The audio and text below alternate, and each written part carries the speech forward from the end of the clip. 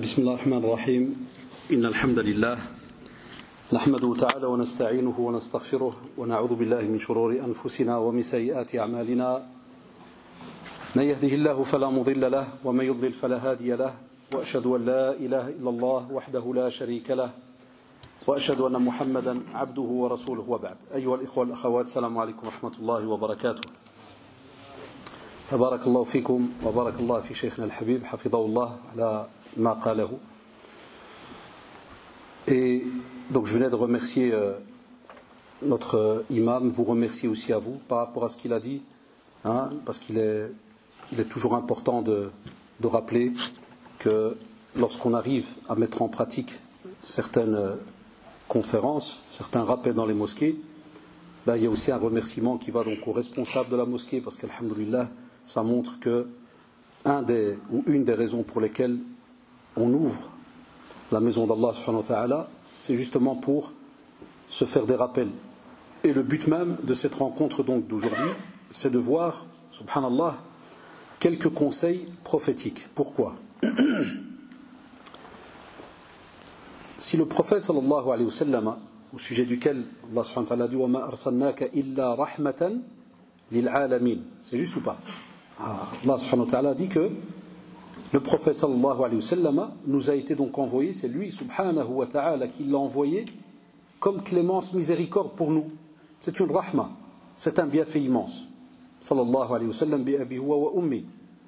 Et le prophète sallallahu alayhi wa sallam, quand on va voir dans sa manière comment est-ce qu'il a entre guillemets transmis la religion aux musulmans, eh bien toute une partie elle s'est faite par des conseils. Ça c'est un point important, le premier, par des conseils. Ce premier point, et vous allez voir à quoi je vais en venir Inch'Allah, ces conseils, quand on va lire et quand on voit le début des hadiths, on remarque que c'était quelqu'un de très accessible, très proche des compagnons, ridwallah alayhim. Enfin, certains de nos mashayikh hafidhahumullah ont dit que si l'on veut transmettre la religion, il ne suffit pas tout simplement de venir et d'apporter des textes et puis ça s'arrête là. Et aujourd'hui encore plus avec nos jeunes. Donc c'est une première leçon pour nos parents et les futurs parents que vous allez être, ya shabab, qui est que si vous prenez le système prophétique comme fonctionnement dans la transmission de la religion, vous verrez Inch'Allah, il y a une réussite quoi qu'il arrive, bi'idhnillah. Amma venir et tout simplement obliger des fois les enfants ou même des adultes à répéter des textes et juste écouter et au revoir, vous verrez, ça ne donne rien, puisque si on prend ce système-là, en général on n'est pas attaché à ce qu'on entend, parce qu'on a été forcé de l'entendre. C'est ce qui s'est passé dans l'éducation de beaucoup de nos enfants. On entend des choses, ou on nous oblige d'étudier des choses, mais ça s'arrête là. On te dit non. Et c'est pour cela que, tchouf subhanallah, al-wahi yanzil, c'est-à-dire le prophète il est là, la révélation elle descend. Et même comme ça, tu as un compagnon qui vient et qui lui dit « Ya Rasulallah, awsini, donne-moi un conseil ». Tchouf, c'est incroyable. Alors que la révélation elle se fait jour après jour. Donc ça prouve que parler avec les autres, échanger, les conseiller, c'est très très important. C'est pour ça que le prophète a aussi rappelé, et il y a deux explications pour ce hadith qui est authentique. Il a dit « ad-dinun nasiha », mais il a répété 3 fois. Il a dit ad-dinun nasiha, ad-dinun nasiha, ad-dinun nasiha, le hadith. Ça veut dire que la religion, c'est la sincérité, le conseil, traduit par l'ikhlas et le conseil. Mais ils ont dit, et on le voit même chez certains imams, quand ils font les commentaires des hadiths, ils te disent pourquoi répéter 3 fois? Et subhanallah, les savants sont unanimes de dire qu'au plus tu répètes une chose, au plus celui qui t'entend comprend que c'est quelque chose de très très important. Et c'est pour cela que vous allez voir certains hadiths, on va en voir quelques-uns avec nous, pour que vraiment on ressente que c'est ce qu'on doit retrouver dans notre éducation, que ça soit nous vis-à-vis de nos enfants, que ça soit donc les enfants, les jeunes, avec ceux qui sont autour d'eux, toujours apprendre à soulever une question chez l'autre. Toujours le pousser à demander conseil. Parce que احنا المشكله اللي كنخافوا منها اليوم انه الشباب ديالنا ولادنا ما يجيوش عندنا باش يطلبونا نصيحه. وشحال من الوالدين كيقول لك الولد كيقدر يكبر معايا 10 سنين 15 20 سنه ولا تقول واش شي نهار سالك في الدين او لا واش طلب منك نصيحه. شحال من الوالدين كيقولوا لا ما كيطلبش النصائح. علاش عمي لأن الأولاد اليوم كيعرفوا كل شيء. Certains parents, il y a les jeunes, ils ne demandent pas mieux que tu leur poses ces questions-là, entre guillemets, en venant chez lui et disant Père, mère, est-ce que tu peux me donner un conseil, s'il te plaît? Parce qu'il y a des parents, ils te disent c'est dommage, ils ne viennent pas. Ben parce que beaucoup de parents me disent mais nos jeunes aujourd'hui ils connaissent tout, ils ont tout Internet, ils ne demandent plus. Un premier manque, c'est un souci. Et on a, كالعادة عندنا مجموعة أخرى ثانية أنه ما كيناقشوا ما كيتكلموا il y a pas de discussion, il y a pas de parole, il y a rien. Les enfants بحال الفلالس comme des petits poussins, ils grandissent puis dès qu'ils ont des ailes, ils quittent la maison, salam alaikum. Qu'est-ce qu'on a gagné après? الأجيال تراكمت. أنتم لاحظتم les générations elles se sont accumulées maintenant en Belgique. On a des 4, 5, 6 générations. Et est-ce qu'on a l'art de parler? Est-ce qu'on a l'art de communiquer entre nous? Très compliqué. Est-ce qu'on accepte le conseil de nasiha entre nous? Très compliqué. واش الإنسان اليوم كيقبل النصيحة بسهولة؟ صعب. وسبحان الله هذا كان من سنة الرسول صلى الله عليه وسلم. C'était la sunna du prophète صلى الله عليه وسلم de conseiller, de se conseiller. Et le premier hadith il est de Mu'adh ibn Jabal. Et tu vois, subhanallah, tu vois, les sahaba, pourquoi ils allaient vers le prophète sallallahu alayhi wa sallam? Parce que, ya shabab, ils voulaient gagner le paradis. Ils avaient compris وَمَا خَلَقْتُ الْجِنَّ وَالْإِنسَ إِلَّا لِيَعْبُدُونِ. Ce verset que tous les mashayikh répètent quasi à chaque dars dans le monde entier, qui nous rappelle pourquoi on a été créé, que pour adorer Allah subhanahu wa ta'ala. Donc, si c'est pour l'adorer, qu'est-ce qu'il y a comme bénéfice? Parce que dans notre religion, à chaque chose que l'on fait, Allahu Akbar, il y a un bénéfice. Spécialement quand c'est dans le domaine de l'adoration. Puisque la preuve, فَمَنْ يَعْمَلْ مِثْقَالَ ذَرَّةٍ خَيْرًا يَرَى. Ou l'inverse, فَمَنْ يَعْمَلْ مِثْقَالَ ذَرَّةٍ شَرًّا يَرَى. Même le plus petit grain de moutarde que tu vas faire comme action, Allah subhanahu wa ta'ala te dit, tu le verras le jour du jugement dernier. Tu verras tes actes et tu en seras récompensé. Donc, que faisaient les sahaba radhiyallahu alayhim? Ils venaient alors gratter après certaines actions. Parce qu'ils savaient que quand ils venaient chez le prophète sallallahu alayhi wa sallam et qu'ils allaient lui dire Ya Rasulallah, awsini, donne-moi un conseil, ils savaient qu'automatiquement le prophète sallallahu alayhi wa sallam, écoutez bien, première leçon. Le prophète sallallahu alayhi wa sallam connaissait les compagnons. À un, il lui a dit La tardab. Un autre, il lui a dit Ittaqillah haythu ma kunt. Tu vas trouver des fois deux conseils différents. Alors que la question est la même. Nos savants, ils ont dit que comme le prophète sallallahu alayhi wa sallam connaissait la majorité des compagnons qui étaient autour de lui, il savait ce qu'il vivait. Donc il sait qu'il est peut-être un peu colérique, il va peut-être s'emporter. Alors dis-toi, ne te mets pas en colère. Même s'il va lui dire, ah Husseini, redonne-moi, on va le voir après. Ne te mets pas en colère. Un autre, il va dire, crains Allah. Parce qu'il se peut que, subhanallah, avec l'engouement qu'il a, l'envie de faire plein de choses, il se peut qu'il va peut-être dépasser certaines limites. Allahu a'lam. Donc, nous on ne sait pas, mais il va lui dire à toi, spécialement, fais ceci et cela. Qu'est-ce que ça sous-entend, Allah alaikum? Ça sous-entend que, et je le dis, wallahi, à chaque fois que je suis dans une mosquée, je le dis, et c'est pas parce que l'imam il est là. Je vous l'ai déjà dit même l'autre fois sûrement ici, parce que je le fais dans toutes les mosquées, même en France, partout. Ça, c'était un des rôles que normalement nos imams, hafidahumullah, et rahimallah al-jami', ils avaient depuis des siècles. Mais nous, en général, on leur a enlevé ce rôle. D'une certaine manière, c'est pas qu'on a fait quelque chose de mauvais, là, mais tellement on s'est habitué à venir à la mosquée. Allahu Akbar, salam alaikum, salam. L'imam, vous avez remarqué dans la sunna, l'imam cheikh, il se retourne, c'est vrai, c'est dans la sunna, il se retourne l'imam, il regarde vers les gens, il fait cette dua, puis après, peut-être un ou deux qui vont y que saluer, c'est juste ou pas.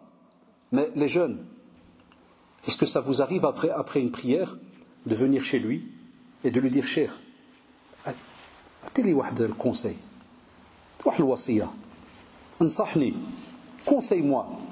Est-ce qu'on le fait? Quasi ça n'existe entre guillemets quasi plus dans les mosquées. Et al-ulama warathatul anbiya, sah ou la la. Nos savants sont les héritiers des prophètes, et dans les savants on a des grades, on a aussi nos imams parce ils connaissent ce que peut-être même des fois beaucoup de mashayikh ne connaissent pas, c'est le Coran, Kitabullah.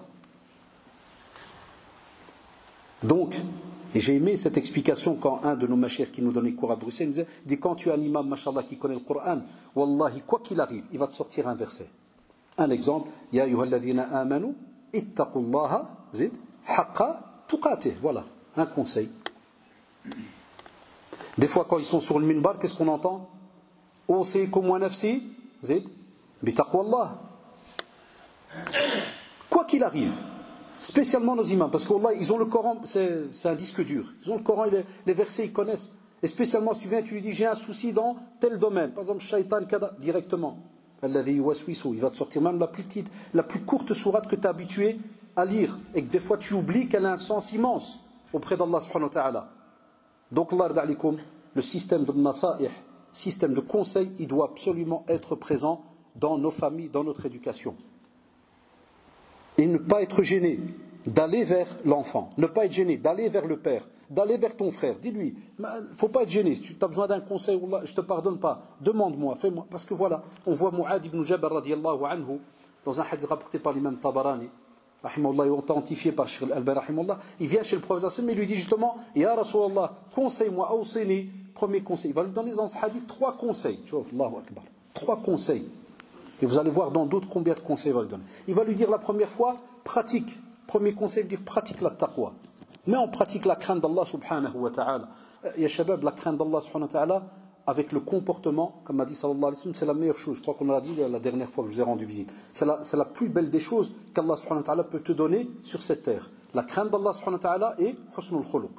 Taqwa Allah, comme il est mis dans le hadith authentique, taqwa Allah wa husnul khuluq.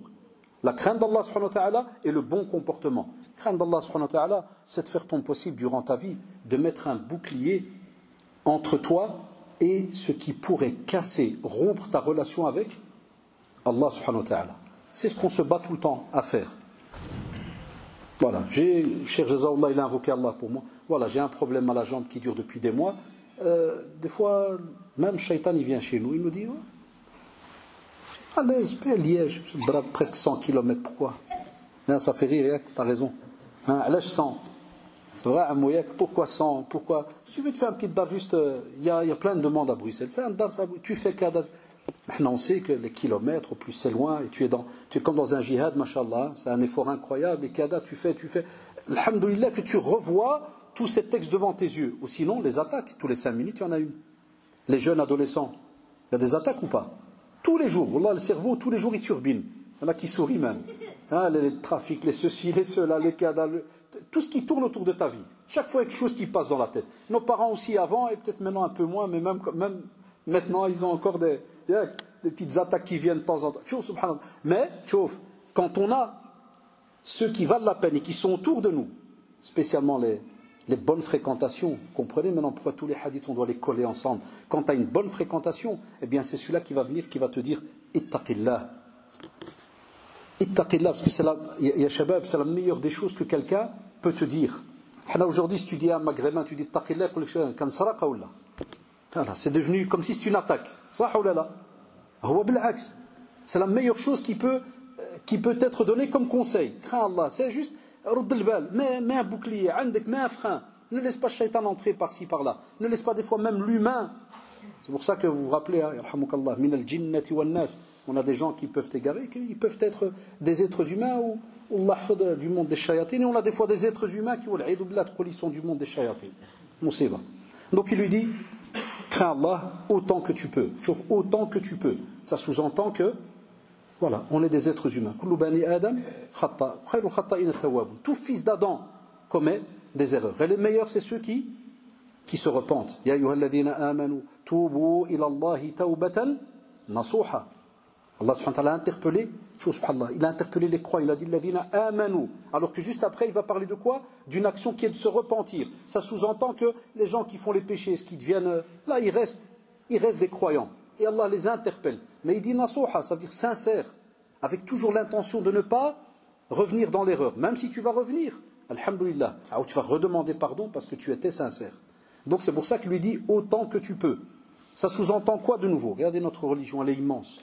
Ça sous-entend un shabab que quand quelqu'un fait en sorte de conseiller, qu'est-ce qui se passe? Eh bien quand quelqu'un conseille, c'est qu'en vérité il te veut du bien.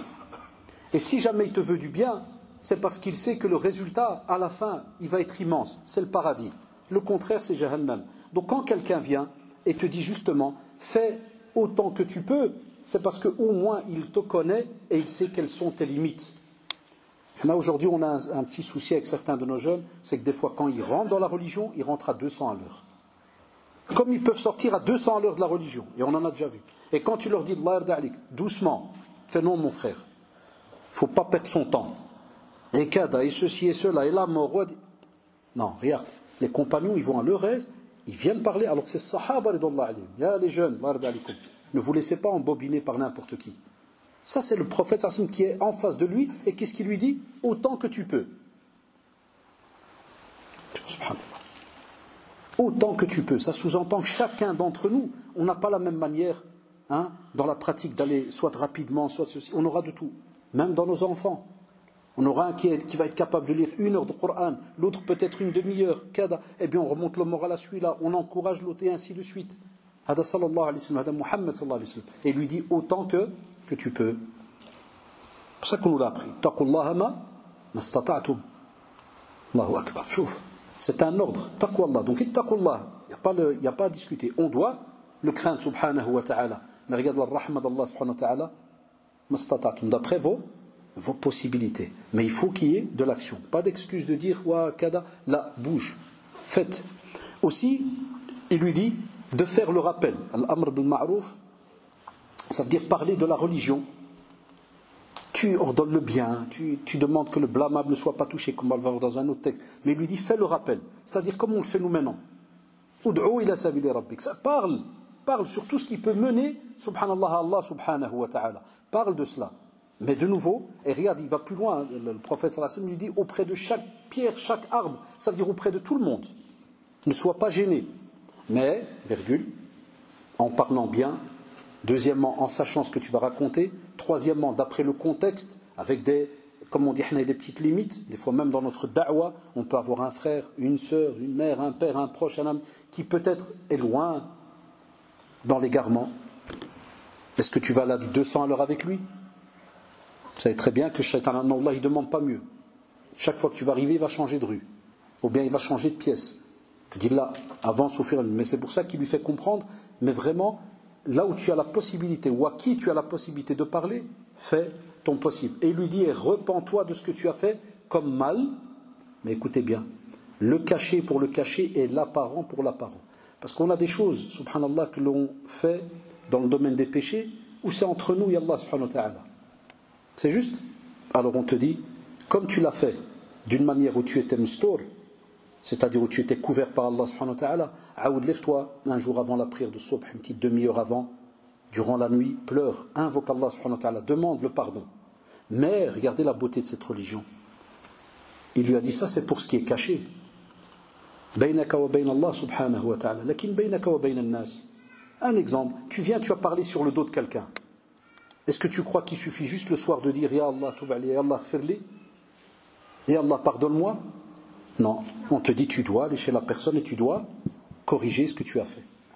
Tu dois aller chez la personne et lui dire Smahli, je m'excuse, j'ai parlé sur ton dos, est-ce que tu veux bien me pardonner? Regardez, subhanallah, pourquoi Sahaba ridwanullah alayhim, ils ont réussi. Parce que c'est ça la vraie pratique de la religion.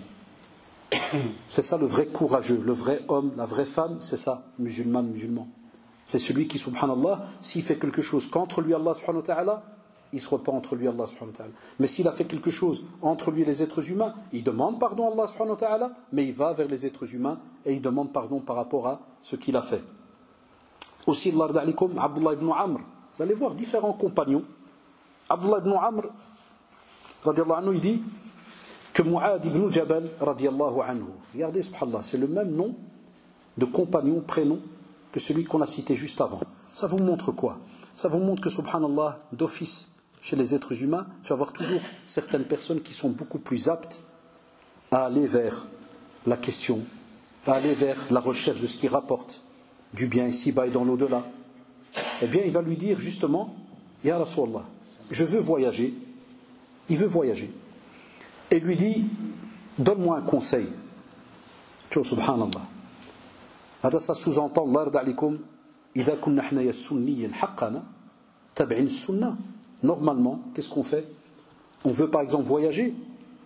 eh bien, on passe. Ça, c'était l'ada qu'on avait à Bruxelles avant, notre génération. Je suis né comme vous ici en Belgique.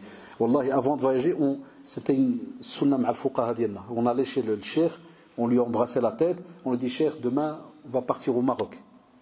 Voilà, je suis venu pour te saluer, te remercier. Et cheikh, il a un nasiha, c'était un conseil. Alors, il me dit voilà, ardul bal, kada, ankum vos yeux, que vous allez regarder, ceci, cela, n'allez pas là où il y a le haram, n'allez pas kada. Ah, on embrassait la main, c'était comme ça avant. Fini, ça y est.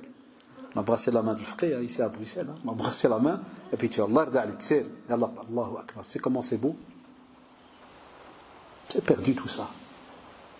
On est comme des robots. Avant Safar, il venait chez le prophète sallallahu alayhi wa sallam. Et il lui disait justement, Ya Rasulallah, Inni Musafir. Awsini Ya Rasulallah. Donne-moi un conseil. Et il lui dit le premier, adore Allah et ne lui associe rien.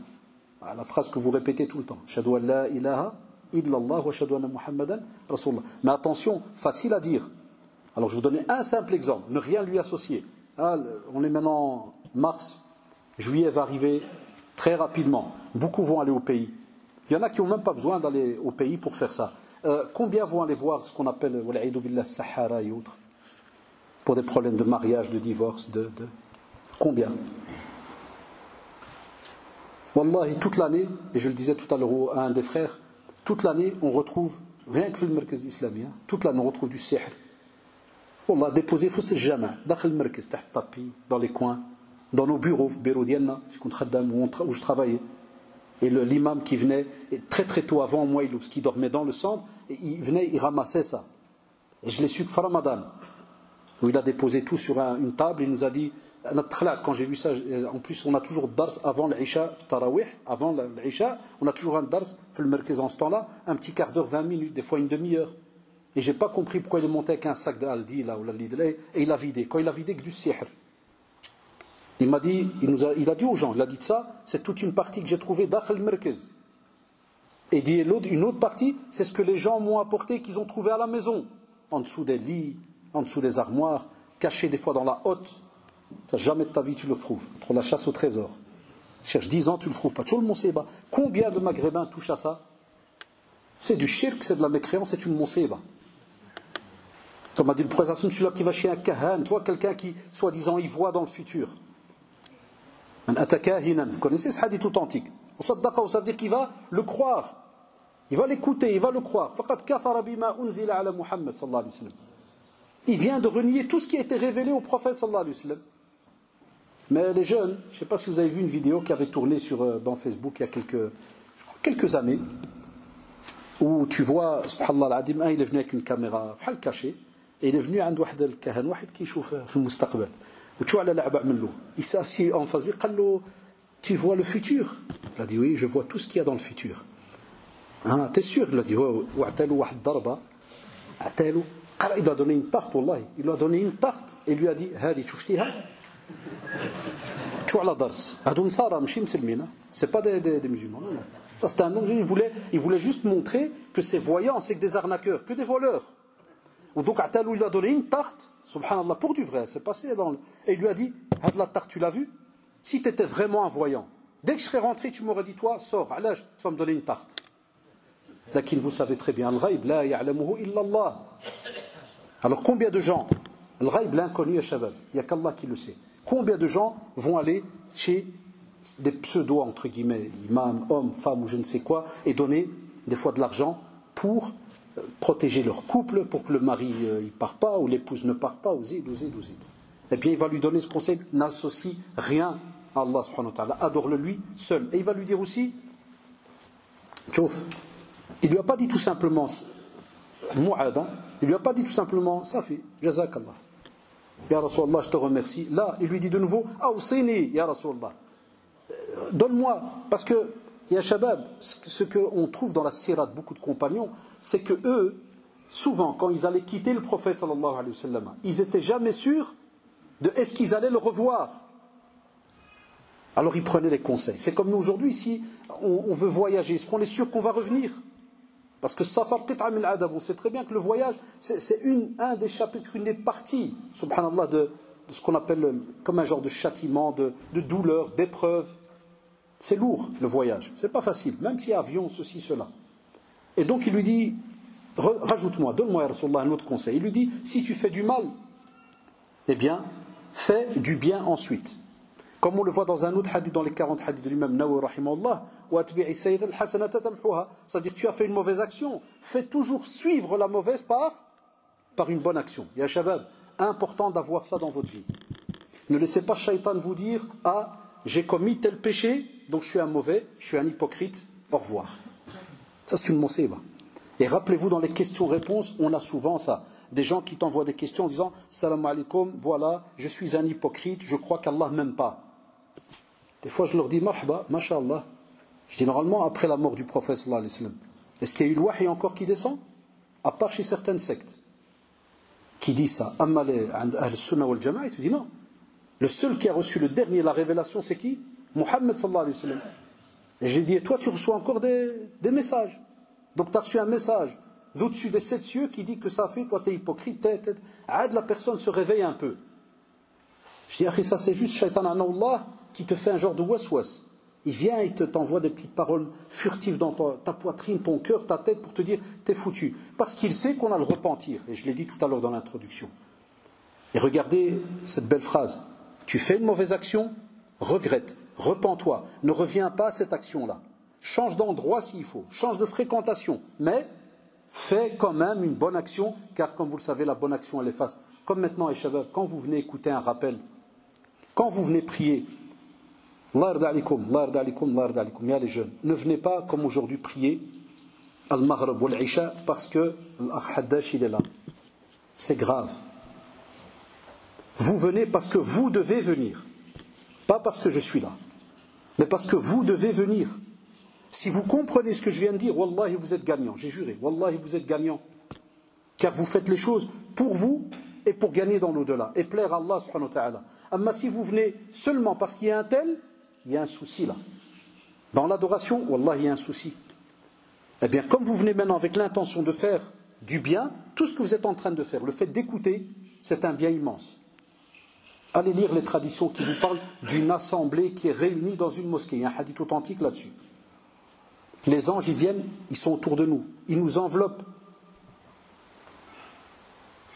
Et Allah subhanahu wa ta'ala envoie sa rahma, il y en a sakina, il y a un hadith très très beau dans ce domaine.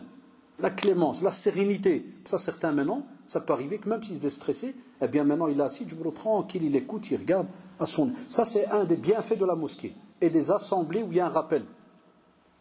Même si, wallahi, même s'il y a les jeunes, un imam va se lever, ou bien va lire quelque chose, et même si tu ne comprends pas, tu es récompensé. Allahu Akbar. Chouf rahmat Allah subhanahu wa ta'ala. Vous êtes récompensé. Donc à chaque fois qu'il y a une mauvaise action, fais-la suivre par une bonne. Et puis lui dit, et sois droit, et que ton comportement soit bon.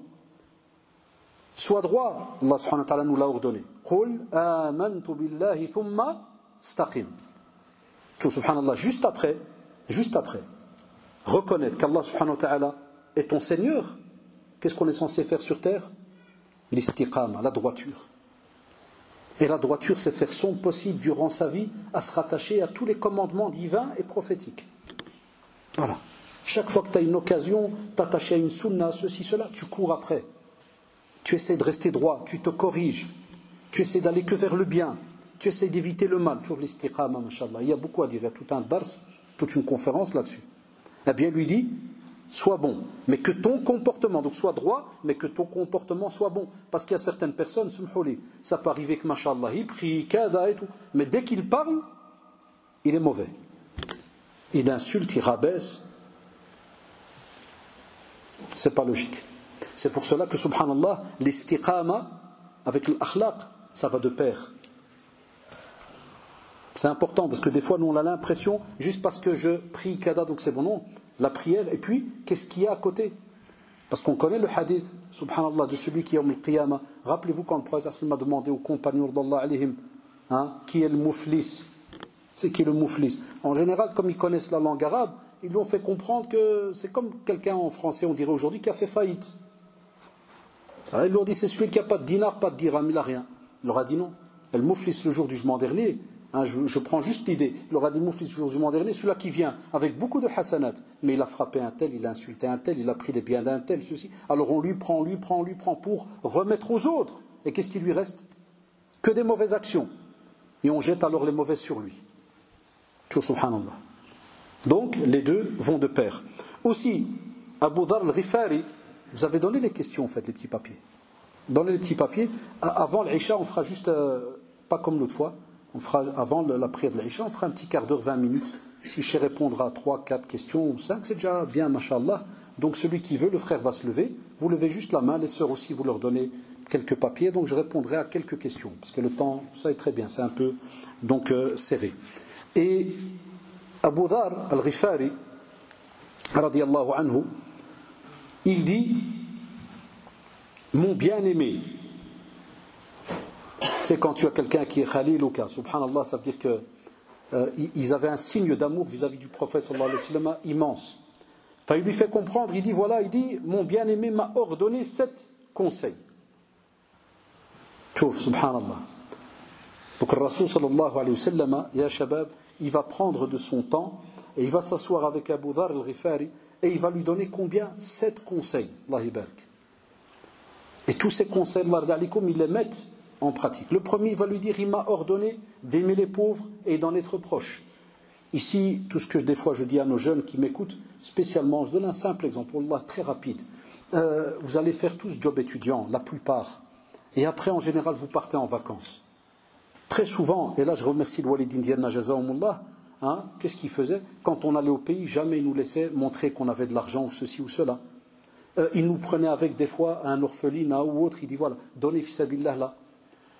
Mettez un peu de votre argent par exemple pour aider dans le quartier, ceci, subhanallah, c'était comme ça. Parce que c'est une sunna du prophète sallallahu alayhi wa sallam, d'aller et d'être autour des pauvres.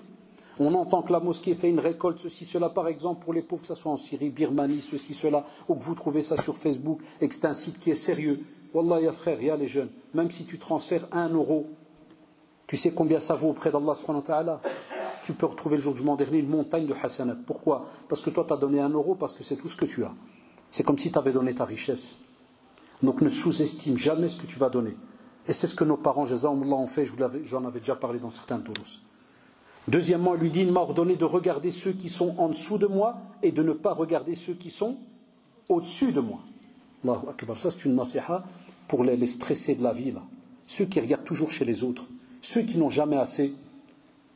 Des fois aussi nos sœurs, qu'Allah les préserve. Il arrive souvent, des fois, dans un des problèmes, parmi les problèmes de couple, c'est que des fois, Shaitan il est là. Donc une sœur, elle va aller rencontrer une autre copine. Par exemple, en septembre, ils ont acheté un nouveau salon. Elle revient chez elle après 2-3 mois, tac, ils ont changé, on va dire, toute la cuisine. Après 2-3 mois, ils ont changé le salon. Et la personne devient malade. Et elle commence alors avec son mari. Ouais, écoute, c'est quoi ce salon qu'on a de joie là, on dirait un truc de pouilleux. Et regarde, ma copine, elle a déjà changé 3 fois. Regarde son mari. Et ça parle en dispute. Et puis après, virgule, virgule, il y a des mots graves qui sortent. Et voilà, comme il m'a dit une fois, sauf lui et sa femme. Et il m'a dit, je veux divorcer. Wallah, c'est incroyable. Il m'a dit, dans notre religion, l'homme il se marie donc avec la femme, moi je dois casser mon mariage parce que comme je ne suis pas une femme, comme je ne suis pas un homme, donc soit je suis un hayawan, soit je suis une femme, donc je ne peux pas rester avec elle. Qu'est-ce qui se passe? Demande-lui. Je regardais la sœur, je dis, qu'est-ce qui se passe? Mskina toute gênée. Tu vois, c'est là qu'il te lâche. Tu tombes dans un, et je dis, qu'est-ce qui se passe? Et il m'a dit, chaque fois qu'on s'énerve, il me dit, je ne suis pas un rajul. Et moi, je ne suis pas un rajul. Avec qui t'es marié? Yallah, divorce. Et c'est comme ça. On te dit, irda bima qassama Allahu laka, takun aghna an-nas, wallahi. Ça, c'est aussi un conseil prophétique. Accepte ce que Allah subhanahu wa ta'ala t'a donné comme part. Ici-bas, tu seras l'homme le plus riche, la femme la plus riche. Alaj, parce que si on est vraiment croyant et qu'on accepte et qu'on croit en le destin, si Allah subhanahu wa ta'ala t'a prévu de vivre de telle manière et tu fournis un effort et tu cours et il n'y a pas plus, dis alhamdulillah. Dis alhamdulillah. Dis la hawla wa la quwwata illa billah, comme a dit le prophète, c'est un trésor sous le trône d'Allah subhanahu wa ta'ala. Dis-le. Mais ne va pas toujours regarder chez les autres. Pour ça, des fois, je dis à certains de nos jeunes, Dès que Shaitan il vient, il te fait embêter, il te fait râler que, soi-disant, t'as rien. Il ne dit jamais j'ai rien. Je dis à nos jeunes, Akbar ni'ma, un des plus grands bienfaits, c'est que Wallahi ya shabab, quand tu ouvres les yeux le matin et tu es musulman, on n'imagine pas nous aujourd'hui ce que c'est. C'est juste ou pas? Parce qu'on est musulman automatique, on croit. Non, abadan, akbar ni'ma, un des bienfaits immenses, que tu ouvres les yeux le matin et tu es musulman. Ça on n'imagine pas. Et deuxièmement, dans un autre hadith authentique, est-ce que le prophète ne nous a pas dit que le 120e jour, Allah subhanahu wa ta'ala a envoyé un ange qui a insufflé l'âme dans ce petit bébé, ce fœtus que tu étais quand tu étais dans le ventre de ta mère. Et c'est là qu'il a décrété ajaluhu rizquhu shaqiyun aw sa'id. Rizq, c'est quoi? C'est-à-dire justement ce que tu vas avoir durant toute ta vie. Tu vas boire 5000, tu vas faire ceci, tu vas faire... Tout est décrété. Pourquoi tu veux chaque fois courir pour, entre guillemets, pour avoir toujours ce que les autres ils ont? Est-ce que ça c'est demandé dans ta religion? Au contraire, il lui dit accepte. Il lui dit aussi préserve les liens de parenté, même s'ils ont été rompus. C'est la rahim. En vérité, quand je préparais, déjà depuis quelques semaines, chaque point, c'est une conférence. S'il fallait. Les liens de parenté, c'est la rahim. Allez écouter les conférences là-dessus. Mais notre sunna, regardez, elle est incroyable. Il va plus loin, sallallahu alayhi wa sallam. Et de nouveau, les hadiths, ils sont connectés, parce qu'on a un autre hadith authentique, où celui qui est venu, écouter bien chez le prophète, en lui disant, Ya Rasulallah, moi je noue des liens. Mais les gens de ma famille, ils me font du mal. Donc c'est comme s'il veut trouver une excuse pour dire, moi je vais rendre visite, je fais du bien envers eux, mais ils me font du mal. Comme pour dire, il y a moyen que j'arrête d'aller chez eux. Mais le prophète lui dit au contraire, si c'est vrai ce que tu dis, continue à aller. C'est là l'ajr. Sinon ça serait trop facile. Chacun d'entre nous dans nos familles, il arrive. On entend des remarques tout le temps, que des fois tu vas aller rendre visite par exemple à une tante ou à un oncle ou à un cousin, et à peine tu t'assis, ils commencent à te critiquer. Ça arrive. Et nous les jeunes, qu'est-ce qu'ils font d'habitude? Première critique, ils disent, Wallah, moi je reviens, regarde ma face, prends une photo, plus jamais tu me vois. Et il vient à la maison, il t'asseb avec sa mère, il dit, ouais, là j'étais chez Khalti, elle m'a envoyé un mot de travers, et que Wallah, moi je reviens, plus jamais ça, race, ils sont même la race, tout. Et des fois même il insulte. Allahu Akbar. C'est juste ou pas? Ça, j'ai parlé, parce que je parle aux jeunes. Mais des fois même les grands, comme les jeunes voient les grands, ils croient qu'ils n'ont pas de soucis. Même des fois entre eux, ça arrive. Même avec les grands. Il y a de tout. Des fois il peut y avoir le rire, la jalousie, il y a de tout. Eh bien la sunna, subhanallah, elle te dit, si tu es un vrai sunni, si tu dis que tu aimes ce que le prophète sallallahu alayhi wa sallam demande, et ce qu'Allah subhanahu wa ta'ala demande, même s'il rompt avec toi, continue à demander après. Très très dur. Et shabab, à chaque fois que vous entendez quelque chose dans un hadith qui est dur, wallahi, sachez que la récompense elle est immense, c'est proportionnel. Au plus c'est dur, au plus la récompense elle est immense. Mais le shaitan, Allah, il ne veut pas nous rappeler ça, parce que ce n'est pas son but. Lui il a besoin de clients. Lui le shaitan c'est un commercial. Il aime bien dès qu'il trouve une affaire, il est furtif. Yankhanisu. C'est pour ça qu'on l'appelle Al-Khannas. Comme on le voit dans un hadith avec Abu Hurairah radiyallahu anhu, il était en état de janaba, et il était gêné de rencontrer le prophète à ce midi. Fankhaнаstu minhu, j'étais dans des ruelles, je l'ai vu arriver, il était gêné. Pour lui, il est sale, je ne vais pas le toucher, alors que. Et il dit Fankhaнаstu, c'est-à-dire je me cache. C'est ce qui fait shaitan, Allah aussi. Dans la définition du mot, pas qu'on mélange les choses. Ici on a donné un exemple dans la langue arabe. Mais shaitan, Allah, qu'est-ce qu'il fait? On l'appelait Al-Khannas parce qu'il se cache, il vient, il t'envoie quelque chose de furtif et puis il va, il se cache, il te laisse tout seul dans le problème. Enfin donc, subhanallah et shabab, je disais juste cet exemple pour dire que ne vous laissez pas avoir aussi donc facilement. Il lui a dit aussi, il m'a ordonné de ne rien demander à personne. Ça sous-entend quoi? Ça sous-entend que tant que tu es capable de faire certaines choses, toi-même, ne va pas tout le temps chez l'être humain. C'est pour ça qu'on nous a appris dans la sunna et même dans l'aqidah, subhanallah, dans le dogme, que Allah subhanahu wa ta'ala et l'être humain, il y a une grosse différence dans la demande. Avec l'être humain, prenez un exemple d'un voisin. Si un voisin, tous les 5 minutes, il vient toquer. Kul saraha. À la 10e, je n'ai trop. Qu'est-ce que tu as dit? Tu as dit, Wallah, il a d'abdaki b'sil. Il commence à exagérer celui-là. Soit on va enlever les câbles, la sonnette, soit je vais lui faire un de ses rentres dedans, il ne va jamais m'oublier de sa vie. Puis jamais il va sonner. Parce que dès qu'il sac, il colle tout le temps. Sauf l'être humain, il est comme ça. Il n'aime pas quand tu le colles tout le temps. Il se met en colère. Alors qu'Allah subhanahu wa ta'ala, ya shabab, c'est l'inverse. C'est au plus tu lui demandes pas, au plus il se met en colère sur toi. La ilaha illallah. Et c'est lui qui dans le Coran, il te dit justement Ud'ouni astajib lakum. Regarde la réponse directe. Invoquez-moi et j'exauce vos demandes. Amma l'être humain, en vérité, il n'a rien entre les mains. Que si Allah subhanahu wa ta'ala lui donne l'occasion et la permission et le pouvoir de te donner quelque chose. C'est pour ça, même quand on va chez un médecin, qu'est-ce qu'on dit? Bismillah, tawakkaltu ala Allah. C'est pas pour parler de moi, hein, c'est juste que c'est des exemples.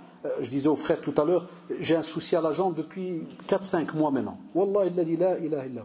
Des équipes de spécialistes. Wallah la mudhika, des fois tu souris, tu dis la ilaha illallah, l'être humain il est rien. Vous connaissez les grands hôpitaux là, Bruxelles, Erasme, Kada, Baz. Moi, un spécialiste, il regarde ma jambe, donc c'est juste un endroit, c'est pas tout. C'est que Araïda, Wallah. Et Gelsina 4-5, il me regarde, il me dit, Monsieur Adda, on ne sait pas ce que c'est. Wallah, et comme ça, il me dit, on ne sait pas. Alors, je vous parle déjà 4 traitements. Chaque mois, alhamdoulilah, que nous à côté, on fait ruqya, on fait kada, hein, on boit ceci, zamzam, kada, alhamdoulilah, bidnillah, même ça, c'est bidnillah. Mais regarde l'être humain, Shabbat. Nous, des fois, on met toute la confiance sur un être humain. Là, mais là d'abord sur Allah subhanahu wa ta'ala. Et puis l'être humain, c'est une cause. Et un des médecins, Mskin, il était un peu gêné pour moi. Il était embêté. Parce qu'il voyait que 5 mois que je viens, et à l'hôpital pendant des fois une semaine, après je sors, puis une semaine. Il croyait que j'étais ça, fait que je vais peut-être penser au suicide. Parce qu'il me dit, Monsieur Adash, vous êtes sûr que ça va? Parce que chaque fois je souris. C'est pourquoi je lui fais Haïda. Et il croyait que je faisais le hmaq. Wallah, Mskin. Wallah, comme ça pour lui. Wallah, il m'a dit, est-ce que ça va? Oui, pourquoi? Il m'a dit, ça fait quand même 5 mois. Hein. Oui, monsieur, je marche, je mange, je dors, j'ai les enfants, j'ai mes enfants mariés. Qu'est-ce que tu veux de plus? Ah, il m'a dit, non, c'est bon, ça va. Dégage, là. Shabab, a dit, aqida, là, on l'a pas. C'est juste ou pas? Pas certains de nos jeunes, ils ratent une année à l'école, ou bien ceci, ou bien un travail, ils demandent un poste, il l'a pas. T'entends certains jeunes, qu'est-ce qu'il a? Ouais, il a arrêté la prière. Pourquoi? Ouais, il a fait 3 demandes de boulot, il a rien. Masha'Allah, Allah ibarak. 3 demandes, le type il lâche tout. Wallah, je ne sais pas d'où vient ce mode d'emploi. Est-ce que c'est comme ça qu'on fonctionne avec Allah subhanahu wa ta'ala? Là, demande-lui. Et après, c'est comme si tu dis, Ya Allah, et Shabab, ce qui est bien dans notre religion, on ne passe pas par un intermédiaire. Tu as le droit de parler avec Allah subhanahu wa ta'ala. Chez d'autres, tu dois passer par un tel qui lui va, soi-disant, faire un appel pour parler avec Allah subhanahu wa ta'ala. Din diyanna abadan, il n'y a pas. Tu parles directement à Allah subhanahu wa ta'ala. Donc tu as le droit de lui parler. Ce n'est pas un blasphème. Tu peux même parler à ta manière. Ya Allah, tu connais mes soucis, même en français. Ce que tu connais, parle. Ya Allah, tu connais mes problèmes. Ya Allah, tu sais que je suis faible. J'ai besoin de ton aide. Ya Allah, sans ton aide, ça ne peut pas se passer. Parlez. Et tu verras les choses iront. Hatta même nos savants nous disent, si Allah subhanahu wa ta'ala ne te donne pas ici, sur cette terre, il te laisse le trésor pour quand? Dans le paradis. C'est une ni'ma qu'on ne peut pas imaginer. Il lui a dit aussi, il m'a ordonné de dire la vérité, même si elle est amère. Ça veut dire quoi? Il y a des jeunes qui ont mal compris cette phrase. Parce que, encore tout à l'heure, Cheikh Tujgani Hafidahullah, dans la khutwa al-Jumu'ah, il disait aux jeunes, il leur disait, ya shabab, الدين ديالنا وخاصة الوحي أي لغة؟ اللغة العربية صح؟ Il leur a dit, Wallahi, hada shart, c'est une des conditions pour qu'on comprenne notre religion. Il faut avoir l'arabe. Mais si tu prends tout le temps en français, si tu lis maintenant, parce que je vois des traductions qu'il y a sur Internet, dire la vérité même si elle est amère. Et on bat. Un exemple, ton père, il prie Dhor, puis des fois il prie pas l'Asr, puis il prie le Maghrib. Est-ce que tu vas venir chez lui? Salam alaikum. Walid, il y a un hadith rapporté par l'imam Ahmed. Comment ça kafir? Ouais, parce que Rasul dans le hadith il a dit, je dis le haq, brité ou la ga'ma te bri. Tu veux ou tu veux pas. C'est amer, rien qu'à l'Walid. Hein? C'est dur, hein? Ouais. C'est le prophète qui l'a dit. Est-ce que quelqu'un oserait faire ça? Levez la main. Quelqu'un, il ferait ça à son père, sa mère? Ben, vous savez très bien qu'il y en a qui le font, wallahi. Un ad-durus que je donne, combien de fois dans des questions, wallah, Cheikh Moussiba, on m'envoie des questions. Shabab kirtulu li as'ila, shkiktbu. Salam, mon père, virgule, le kafir, virgule, qui prie pas, est-ce qu'il peut lui être mon tuteur pour le mariage? واش واخا يكون هو الولي ديالي في الزواج زعما الكوا كافر كيصليش زعما بين قوسين لا ولاية لكافر صح ولا كيقول لك زعما الولاية توتال peut pas être donnée à quelqu'un qui n'est pas musulman. يا الشباب الله يبارك. T'as des jeunes, ils sont juges, procureurs, avocats, ils font tout d'un coup. Il met déjà son père en enfer, Jahannam, Allah aoun, salam alaikum, tout est. C'est comme s'il parle d'un déchet qui était à la maison, qui lui a juste donné à manger. Comme ça. Ce qui se type, il donne à manger depuis que j'étais petit. Allahu Akbar. Quand on te dit de dire la vérité, un, tu ne mens pas, et deuxièmement, tu ne vas pas mentir sur la religion. Si quelque chose, elle est connue, qu'elle est... Allez, je vais l'exemple le plus simple, le khamr. Haram, ça, l'alcool. Il n'y a personne qui dit divergence. C'est juste ou pas? Il est interdit. Ben, si quelqu'un vient et que tu sens qu'il veut comme pour rabaisser la religion, ou bien je ne sais pas quoi, ou bien il voudrait que toi tu dis des belles choses pour plaire. Non, tu dis la vérité, tu dis non, chez nous c'est interdit. Mais poliment, tu le dis poliment, calmement. Chez nous, dans notre religion, c'est interdit. On te dit ne va pas, Allah fait rendre licite ce qui est illicite. Et dans les meilleurs des cas, tu gardes le silence. Mais aussi, sinon, le musulman, à la base, et on a demandé ça au prophète sallallahu alayhi wa sallam. On a dit à Rasulallah, est-ce que le musulman ment? Il a dit non. Le musulman, il ne ment pas. Il y a les jeunes, que ce soit dans votre vie à la maison, à l'école. Moi, je travaille dans une école. J'ai été prof pendant des années en secondaire. Akbar mushkila wal kadhib an ouladna. C'est un truc de fou. Le jeune, tu le vois, il est à 20 mètres, il est là. Et tu vois, il prend la poubelle et il chote dedans. Tu arrives à ton aise, ouais, excuse-moi élève, c'est toi qui as choté. Non. Tu dis, vous êtes combien, toi, ton corps? Il y en a deux? Puis non, il y a moi. Mais tu as choté? Non. Des fois, c'est des msilmines. Alors, je lui dis, si jamais, je te dis de halef, tu le fais, et je vois qu'il veut déjà, je dis, stop, taqillah, arrête-toi. T'aurais juré? Il me dit, ouais. Je lui dis, tu as peur de qui? De moi ou de celui qui est au-dessus des 7 cieux? Toute la vérité. Et c'est là que dans les discussions, c'est dommage, mais tu sens que dès que le contact entre nous et Allah subhanahu wa ta'ala, il est très sarah. On ment pour tout et rien. Soit quelqu'un, reste un homme, reste une femme. Tu as fait quelque chose, na'am. J'ai fait, désolé. S'il faut en subir les conséquences, bismillah. C'est une belle leçon. Combien j'ai pas vu des fois dans notre école, ça arrive que le directeur, tu vas lui dire la vérité, et je l'ai vu de loin, il pardonne. Tu dis au moins tu as été honnête. C'est juste ou pas les jeunes qui sont encore à l'école? Et même si tu as donné un jour de renvoi, sache qu'il a été encore bien avec toi. Parce que ça ne s'oublie pas. Des fois dans les réunions, je les entends à l'école. Il dit, mais oui, c'est un petit tordu, mais au moins il est honnête. Wallah, j'entends ça, ça fait mal au cœur, mais ça fait plaisir. C'est drôle, Yak. Mal au cœur, ça fait plaisir. Mais mal au cœur, parce que dès que ça touche un jeune musulman, j'aime pas qu'on parle d'eux par rapport à la discipline et autres. Parce que le musulman, vous l'avez vu, c'est quelqu'un qui fait du bien. C'est un ambassadeur de sa religion. Si on parle de lui dans une école, on peut parler de lui qu'en bien en vérité. Ce n'est pas le cas tout le temps, mais alhamdoulilah, qu'Allah protège nos enfants. Là où ça me fait plaisir, c'est quand j'entends le directeur dire, mais au moins c'est un courageux, il a dit la vérité. Ça veut dire avec lui, on est à l'aise. Il ne va jamais mentir. Là, ça me fait plaisir. Je dis, subhanallah. Je dis, maintenant, on va essayer de travailler l'autre côté. Aussi, il lui a dit, répète.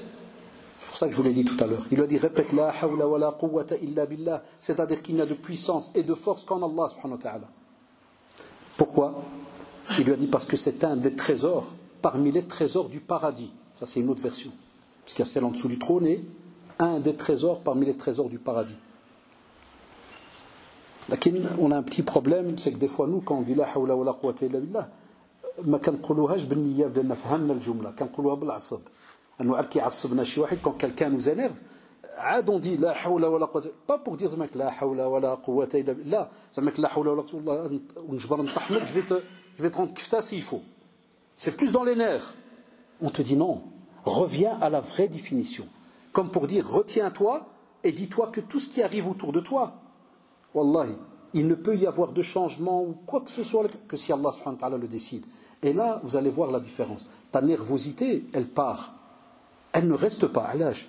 Parce que celui qui croit vraiment en Allah et qui sait et qui connaît la grandeur d'Allah subhanahu wa ta'ala, est-ce qu'il imagine, billah alaykoum, est-ce qu'il imagine dans sa tête, qu'est-ce que prend ton dossier, ton problème, et le mettre entre les mains d'Allah subhanahu wa ta'ala? Qui est gagnant?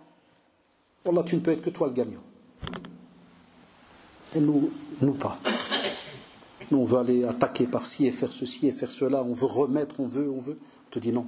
Reste toujours rattaché à Allah subhanahu wa ta'ala et en montrant que c'est lui qui détient le pouvoir par rapport à toute chose qu'il y a autour de nous. Et pour terminer, Allah yarda alikum,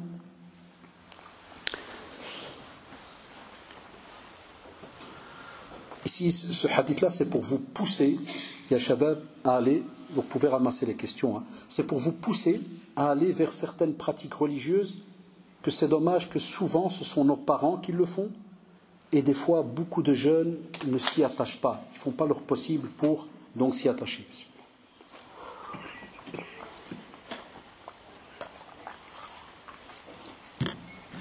On a un hadith qui est dans le Bukhari Muslim, rapporté par Abu Huraira radiyallahu anhu. Et donc de nouveau regardez.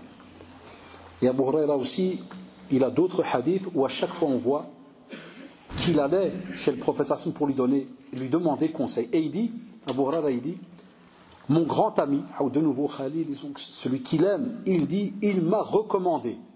Quoi? 3 choses. Donc il est avec lui, avec le prophète sallallahu alayhi wa sallam, et le prophète sallallahu alayhi wa sallam va lui faire une recommandation. Le premier lui dit de jeûner 3 jours par mois. Ce qu'on appelle Ayyam al-Bayd. Shabab, qui sait c'est quoi le Bayd? Levez la main vite fait. Le Bayd. Ouais, petit, le Bayd, petit. Les œufs. Frère derrière. Par exemple la lune. 3 jours de la pleine lune. 3 jours de la pleine lune. Donc vous avez remarqué, on est parti des œufs et on arrivait par exemple à tout ce qui tourne avec la lune. C'est bien, c'est bien d'avoir le courage de répondre. Parce que celui qui répond et que ça arrive qu'il y ait une petite erreur, quand il entend la correction, eh bien subhanallah, ça reste dans la tête. Mais si tu lui dis ton silence, il aurait été plus jamais il va poser de questions. Ça ou là. Asma' mon petit frère, c'est quoi Yam al-Bayt? Ah mon frère, comment tu t'appelles? Ammo, comment tu t'appelles? Si Zakaria, c'est quoi Ayyam al-Bayt? Les œufs, tu oublies, les poules, tu oublies. Ça n'a rien à voir. Tu les oublies. Ça va dès que tu entends Ayyam al-Bayt, voilà. En français, tu entends, ça s'appelle les 3 jours blancs, ils disent. Ben, dans un mois lunaire, combien de jours on a? 31, 30 Ah là, il y a divergence, comme il m'a dit hier. C'est 29 ou 30. Il n'y a jamais 31 dans le calendrier lunaire. Ça, taïb. Eh bien, le prophète a choisi le 13, 14 et 15e jour. Ça veut dire 3 jours de jeûne, dont le dernier jour va être quasi la moitié du mois. Et nous, on sait très bien que dans le cycle subhanallah, complet de cette lune, dès qu'on arrive au milieu, qu'est-ce qui se passe? Elle va recommencer un nouveau cycle. Enfin, subhanallah, il dit 3 jours de jeûne. Et nous, on sait que quand le musulman jeûne, c'est une adoration incroyable durant sa journée. Parce que tout ce qu'il fait est d'office voué à Allah subhanahu wa ta'ala, mais avec un peu plus de retenue. Il fait attention pour que son jeûne soit accepté. Deuxièmement, quand il demande de faire ces 3 jours de jeûne, il a aussi demandé dans un autre hadith le lundi et jeudi. Alors, Shabab, quand on fait 3 jours par mois, enlevez le mois de Ramadan, il reste combien de mois? 11. Quand tu t'es habitué à faire 3 jours minimum par mois, calculez avec moi, on a 3 jours dans un mois. Lundi et jeudi, on en a combien dans un mois? Donc on va compter 2 par semaine. Donc ça fait combien de jours? Minimum 8. Ça 2, 4, 6, 8. 4 semaines, on va calculer. Donc ça veut dire qu'on a 8 jours plus les 3 jours. Ça fait combien? 11 jours.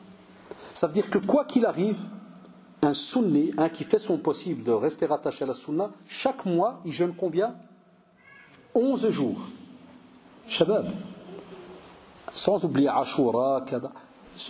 Ce jeûne-là, ou ce musulman, musulmane, comment il est quand le mois de Ramadan arrive? Allah ibarak, il est entraîné ou pas? Naam. Il sait c'est quoi le jeûne ou pas? Naam. Ben voilà pourquoi nous on n'a que des ma'assab pendant Ramadan. Pourquoi? Parce qu'une bonne majorité ils jeûnent jamais pendant l'année. Ils jeûnent pas. Et du jour au lendemain ils regardent juste la télé ou bien ils viennent à la mosquée pour entendre demain Ramadan. Stop. À la seconde, ils quittent les zroud pour tomber dans ce qu'on appelle un petit peu la faim et compagnie. Ceux qui fument ont la même chose. Qu'Allah nous préserve.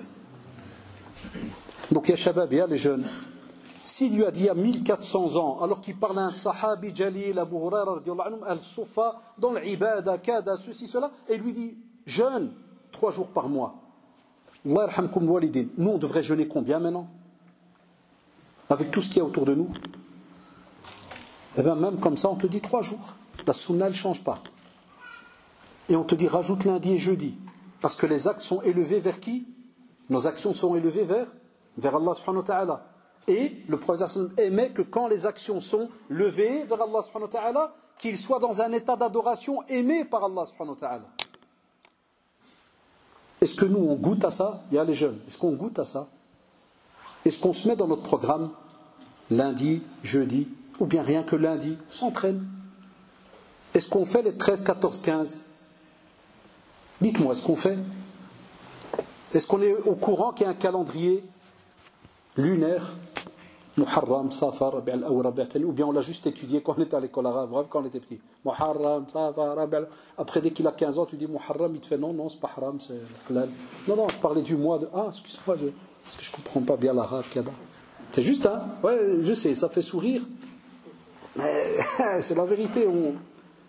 À quoi ça sert tout ça? Eh bien voilà, c'est parce que le prophète sallallahu alayhi wa sallam, il sait que avec tous les problèmes qui tournent autour de nous, wallahi le jeûne est une des solutions par rapport à tout ce stress, et on se connecte directement à Allah subhanahu wa ta'ala. Quelqu'un qui jeûne, c'est comme si il quitte entre guillemets la terre et ses plaisirs et il se connecte directement à Allah subhanahu wa ta'ala et les délices qu'il va nous laisser pour l'au-delà. C'est là qu'on goûte les vrais délices.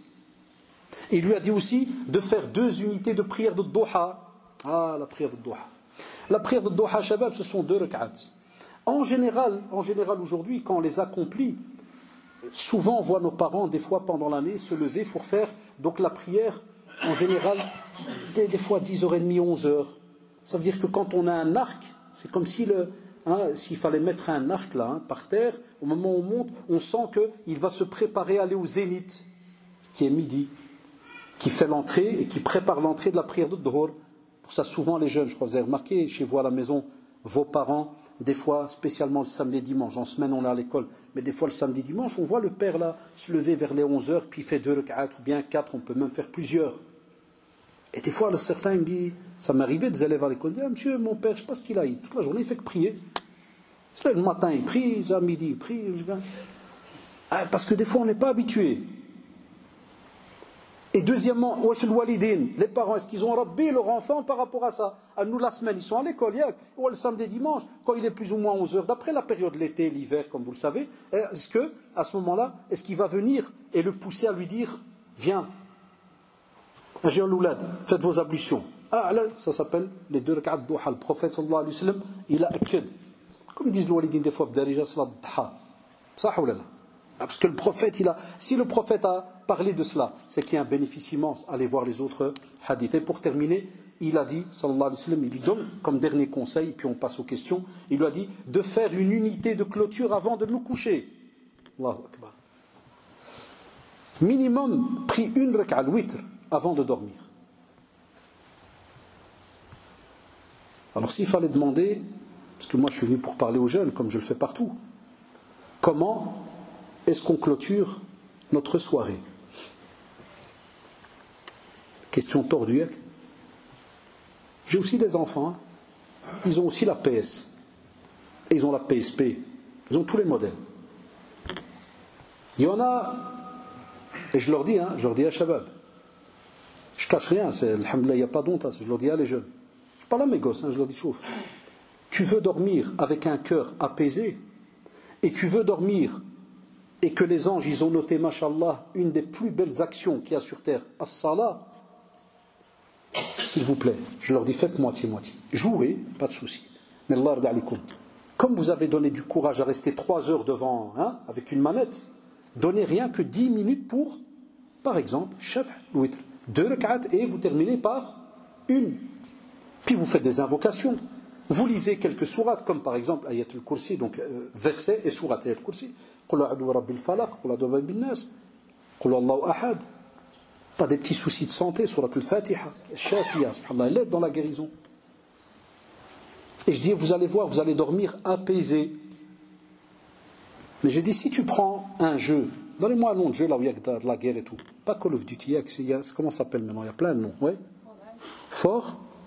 Fortnite. Là, il est. Ah, t'as vu la preuve que t'as vu du vrai, tous les sahabs Fortnite, ils sourient. Je vois que des têtes qui regardent. Là, ça leur dit quelque chose. Yeah, Fortnite.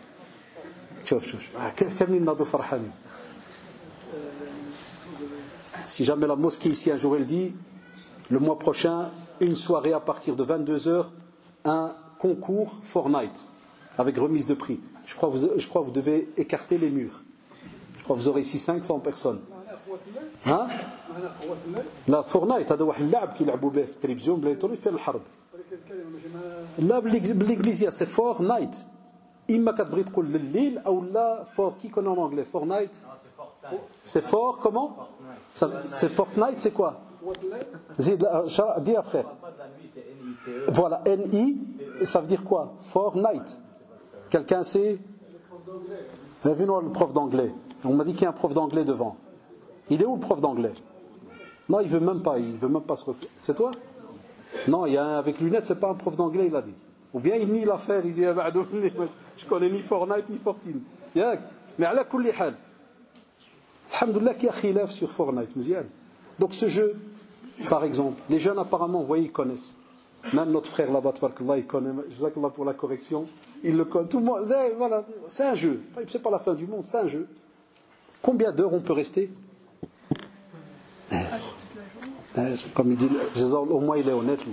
Il dit, moi aussi, il faut aller presque toute la journée. Hein. Parce que c'est des jeux qui ne s'arrêtent jamais, c'est des étages. Wallah. Ouladna, ils le font à la maison. On a des fois, quand on galis, wallah, je prépare des fois de date, et j'entends, par exemple, parce que j'ai des grands, j'entends un, deux, ils parlent tout seul. Voilà, je ne connaissais pas encore en ce temps-là. Wallah, je ne connaissais pas ces jeux-là. J'ai eu un doute. Puis je vais arrêter là-dessus. J'ai eu un doute. Là, j'entends quelqu'un, il parle dans la maison. J'arrête je préparais de dars. J'arrête. Puis j'entends, ouais, vas-y. Je dis, mais il n'y a personne qui est rentré. Je dis, vous le dites, il est seul. Wallah, les frères, j'ai eu un doute. Shakit. Je suis monté. Quand je suis rentré, je barre le casque. Les combattants, un casque avec le micro devant. L'écran d'hier, quelle concentration de dingue. Je dis, je t'entends dans... J'ai dit, et je rigolais avec eux, maintenant ils sont grands, tabarakallah. Et je lui dis, et quand je vous dis prenez le Coran 5 minutes, dès que je reviens après 2 minutes, wallah, la plupart ils dorment. Tout subhanallah, tout ce jeu 3 heures, il n'y a pas de souci. Tu prends un, wesh le Coran d'Allah fadkayi. Je dis, qu'est-ce qui se passe? Ouais, eh ben ça veut dire quoi? Des fois shaitan ou des fois shaitan, des fois il va dire moi j'ai jamais joué Fortnite. C'est parce que des fois nous, non mais ça dépend comment nous, et ça moi j'ai fait l'erreur. Wallah, je l'avoue, parce que je connaissais pas les jeux. On m'a juste dit abi wallah t'inquiète, on va acheter un petit appareil, wallah makin al khair, ma fait tash mushkil, il est impeccable. Moi je crois mes enfants, pas de souci. Mais je connaissais pas quand c'est sorti au début. Et je savais pas qu'on peut rester des heures, Allah yahfad, des années dessus. Après, ça m'a touché. Je dis à mes enfants, je dis, Shabab, vous remarquez pas que, comment on va répondre Yom Qiyamah? Il y a moyen de rester 4 heures devant un écran, avec un plaisir, ou kada, ou même par internet, on parle avec un autre, parce qu'il joue avec les équipes. Et je dis, et s'asseoir devant le Coran, 4 heures, je dis, Inch'Allah, mais il y a moyen de le faire. Je crois que je vais me trouver mort, crise cardiaque, tous. Impossible.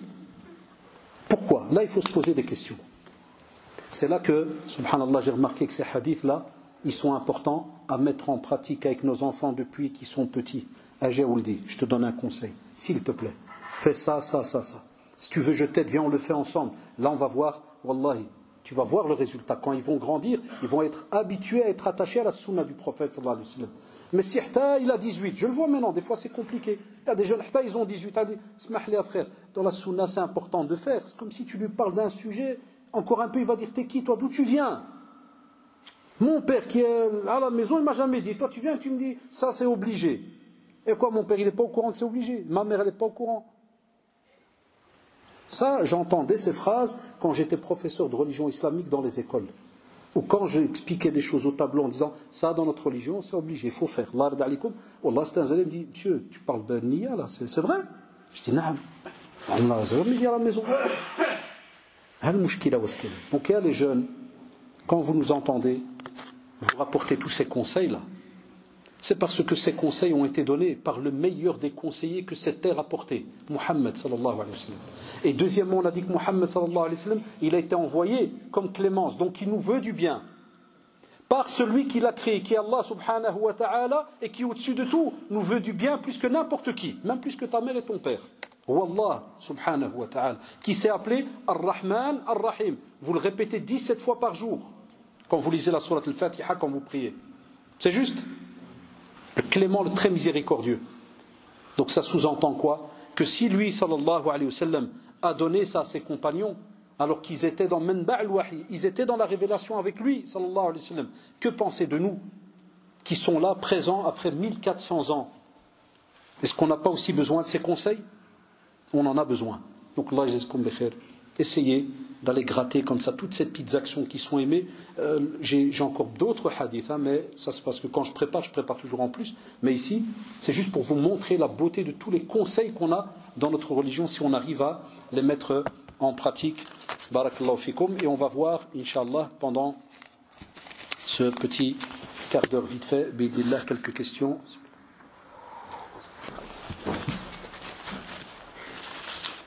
La ilaha illallah.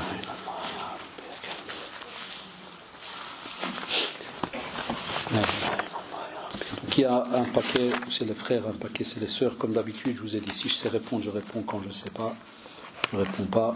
Allah ta'ala. Bismillah. Une sœur, elle dit, plusieurs hommes se sont présentés auprès de mon père pour me demander en mariage. À chaque fois, ça a été un refus de la part donc, du père. Au fond de moi, je veux me marier, mais il y a toujours quelque chose qui me bloque. Aurait vu une explication pour cela. Bien, plusieurs.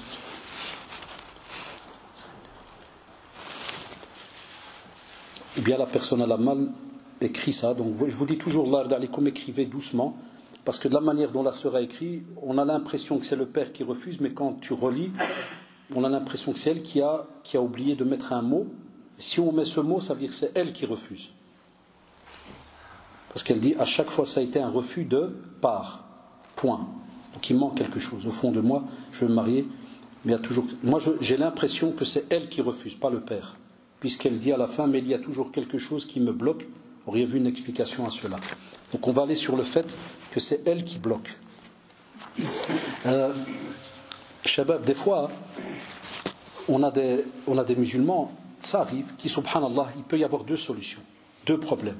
Le premier, on a des fois, ça arrive, des musulmans qui n'ont pas confiance en eux. Ça arrive. Comment? On a remarqué par expérience, des fois, il y a des jeunes, depuis qu'ils sont petits, ça arrive, pas toujours. Que des fois les parents, ça arrive, qui lui disent toujours, ouais, toi tu ne seras jamais capable de faire. Et toi tu as un ouj, et toi. Le woul qui kibir ouj. Dans sa tête, il est persuadé qu'il est tordu. Qu'il n'est pas capable de.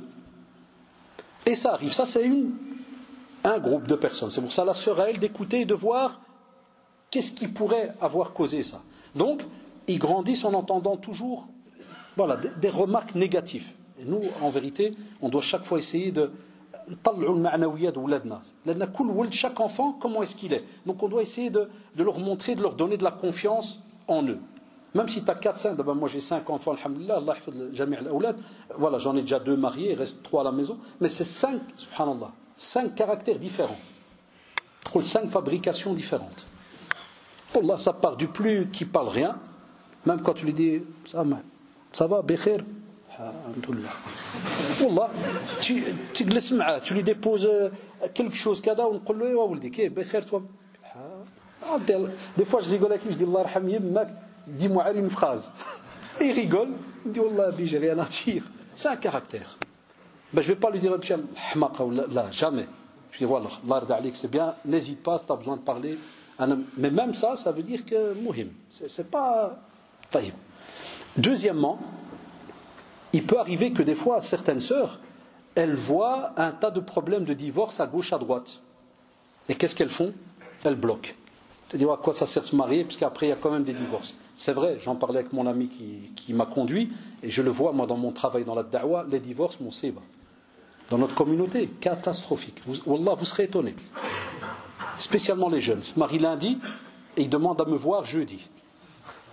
J'ai envie de lui dire, même ta maison, tu ne la connais pas encore. Yallah, tu t'es marié. Non, mais ça ne va pas. Subhanallah. Il n'y a pas de patience. Enfin, certains jeunes, hommes, femmes, il arrive qu'ils entendent ces histoires-là, et ils ne veulent pas aller vers le mariage. On leur dit non, taqillah, crains Allah. Si toi tu crains Allah, subhanahu wa ta'ala, et que tes parents, mashallah, ils ont fait leur enquête, ils sont renseignés sur la famille, kada. Toi tu t'es marié pour qui? Pour Allah, subhanahu wa ta'ala. Falhamdulillah, tu es dans une ibada. Parce que le mariage, c'est une ibada. Donc si jamais là, qaddar Allah, un jour il y a un divorce, là, qaddar Allah, on ne sait jamais.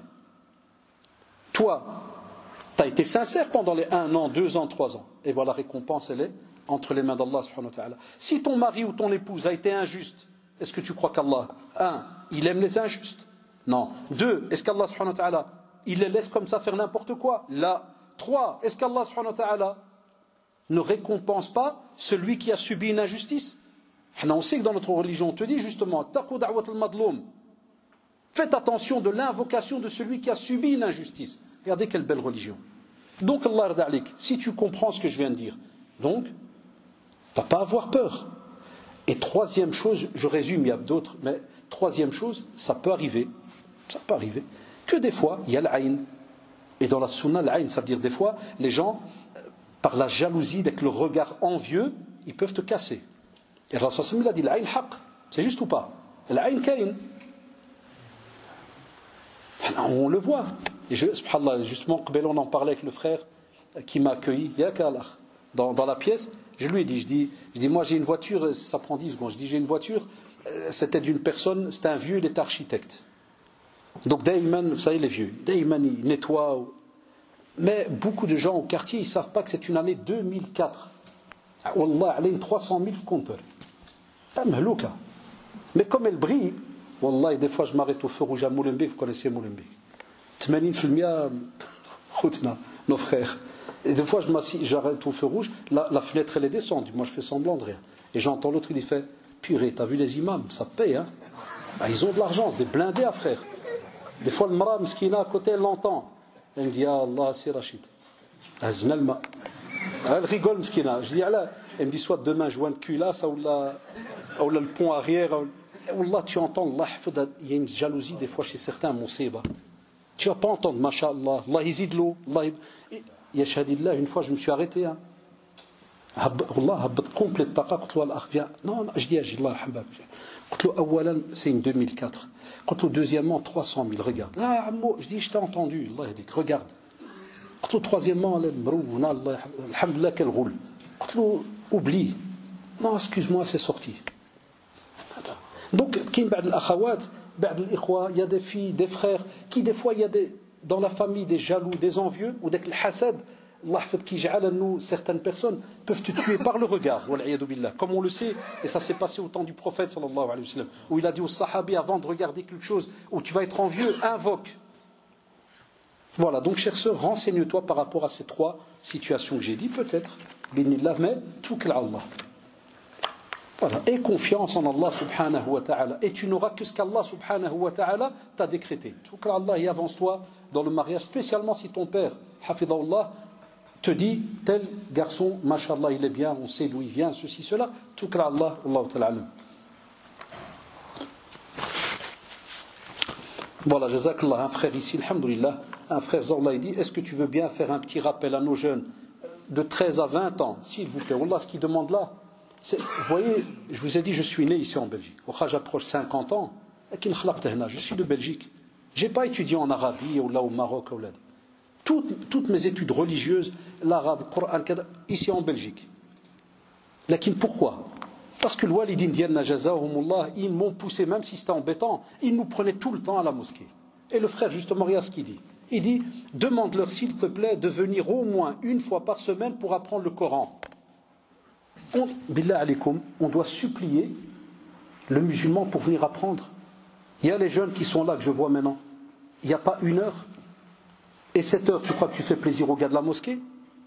Deuxièmement, 7 heures, qui va te donner la récompense? Troisièmement, Yawm al-Qiyamah, Wallahi, tu diras Ya laytani kuntu turaba, si je pouvais être poussière, quand tu verras tout le temps que tu as perdu dans le vide.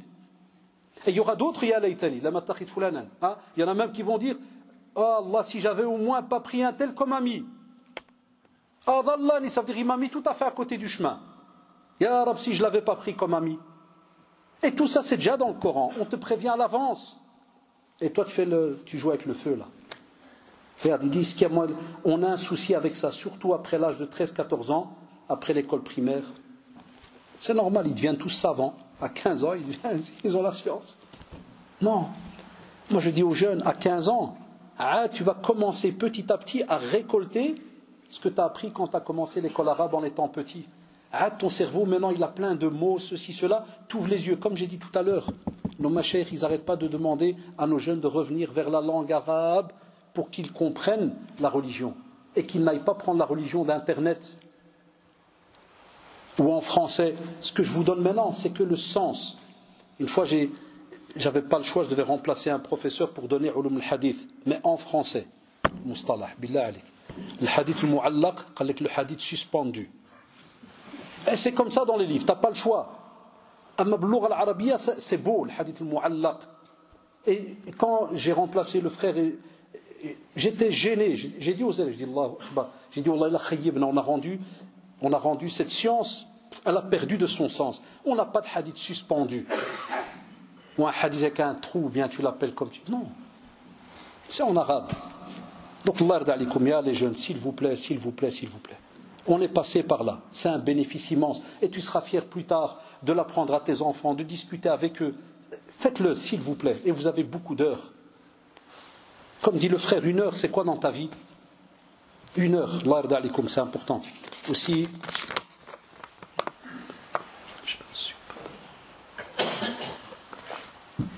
Une sœur mskina, elle dit, je ne suis pas très rapproché de la prière.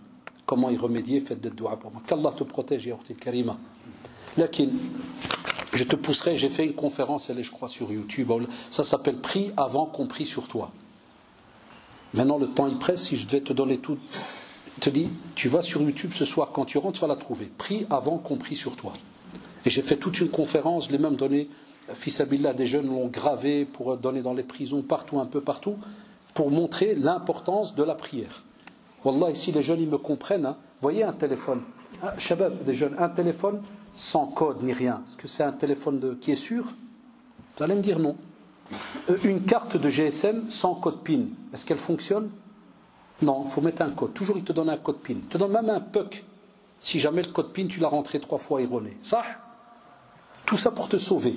Eh bien, Shabab, la prière c'est ton code PIN. Wallahi, s'il fallait donner un exemple sur terre. Si elle est bonne, tout le reste de tes actions, mashallah, yawm al-qiyamah, ça passe. Et spécialement dans la tombe, comme il est mis dans le hadith. Spécialement dans la tombe. Parmi les premières questions qu'on va demander. Parce que c'est un droit et un devoir entre toi, et une obligation entre toi et Allah subhanahu wa ta'ala. La prière, Allah, ne dépend ni de ta mère, ni ton père, ni ta femme, ni tes enfants. C'est entre toi et ton Seigneur. Et comme on l'a dit la fois passée, le prophète il meurt et il dit as-salah, as-salah, as-salah wa ma malakat aymanukum. C'est juste. Et il est en train de mourir. Il n'a pas dit à Aïcha, tu vas me manquer.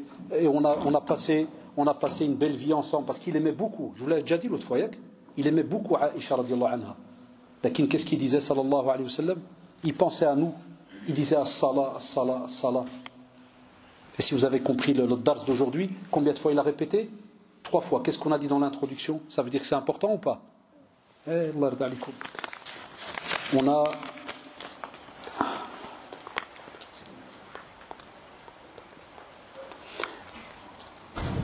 Shabab, pour tout ce qui est la prière à l'heure, et la personne dit certains ils tardent leur prière, tout en restant dans les temps, mais proche de la prière suivante, afin de regrouper. Shabab, on sait que dans le fiqh, il y a ce qu'on appelle le jam' al-sawri.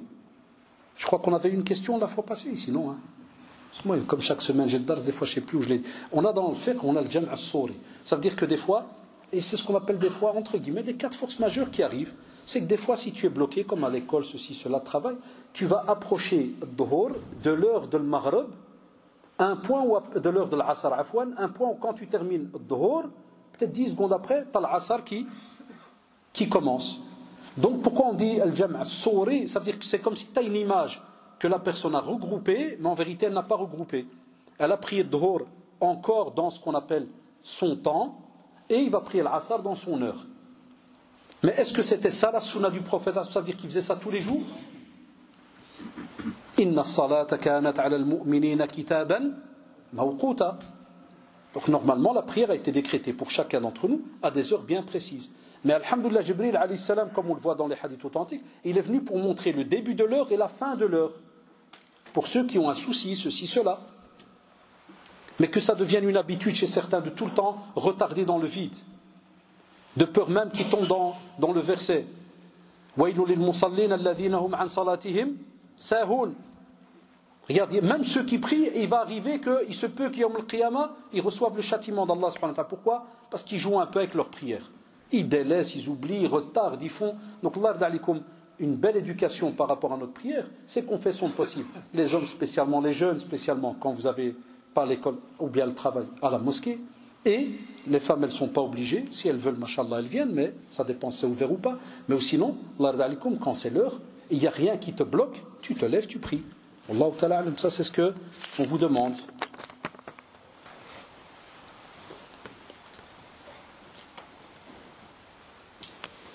Ici, une sœur dit, j'aimerais un rendez-vous avec vous, car j'ai besoin de conseils, car je suis au bout de ma vie, je ne sais plus quoi.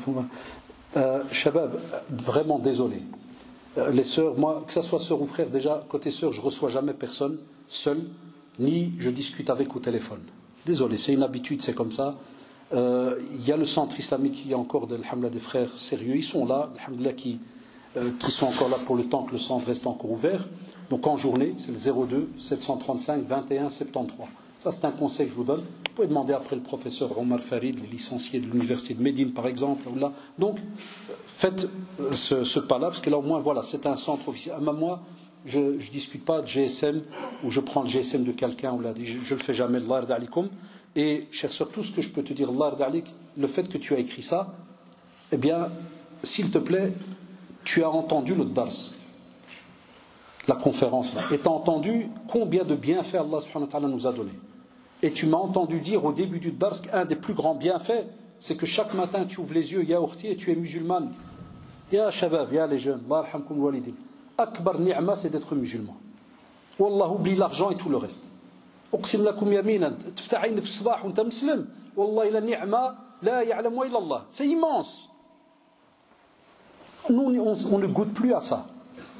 Et à cause des petits problèmes de dunya, voilà, ça arrive. Shaitan a'na'ullah, vous voyez quel travail il fait. Il te fait comprendre, c'est fini. Abadan. Et je vais te dire une chose, ya ukhti al-karim, Allah yarda alik. Tu connais le hadith authentique qui te dit qu'au plus Allah subhanahu wa ta'ala aime son serviteur, au plus il l'éprouve. Allahu akbar. L'ibtila min alamati mahabbatillah subhanahu wa ta'ala lil abd. Allahu akbar. L'ibtila. Et regardez surat al-Mulk. لنبلوكم أيكم أحسن عملا ألف لام ميم أحسب الناس يتركوا أن يقولوا آمنا وهم لا يفتنون. الفتنة, l'épreuve, c'est un bienfait d'Allah subhanahu wa ta'ala. D'autres personnes croiraient que nous on n'est pas normal dans notre religion. Là, au contraire, c'est un signe d'amour venant d'Allah subhanahu wa ta'ala. الأذان مساء الأذان شحال دقيقة صافي أنا معكم دابا دقيقة. Donc ça, j'ai répondu, ceux qui veulent apprendre quand. Et puis on fait juste 10 minutes le temps que a dit, puis jamil. Barakallah. On fait l'adhan.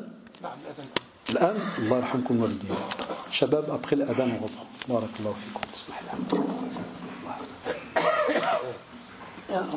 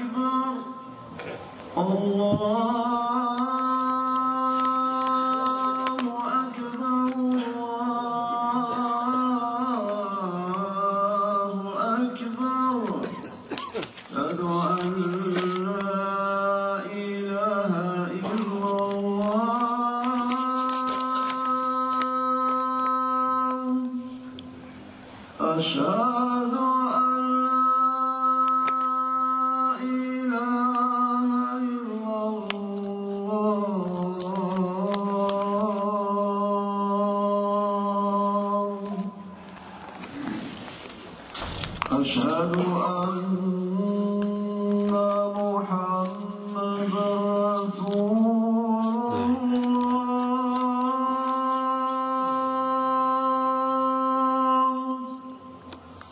أشهد أن محمدا رسول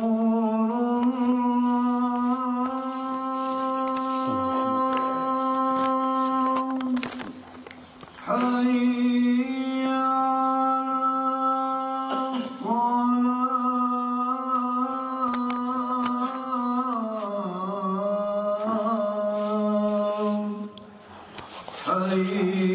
على الصلاة حي على الصلاة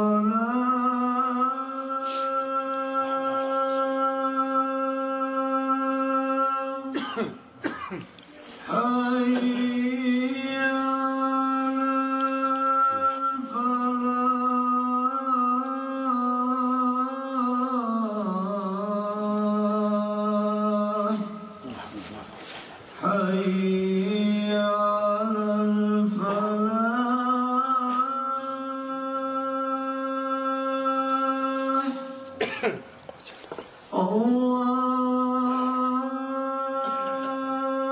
الله أكبر